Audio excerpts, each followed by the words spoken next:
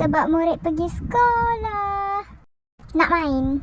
Kau tanya main apa? Main bola lah. Bola kertas ni aku buat semalam. Jom sepak, okey tak? Tak perlulah. Jom kita main bola betul. Takut roti panjang. Malasnya nak bangun. Hari ni hari apa Senin.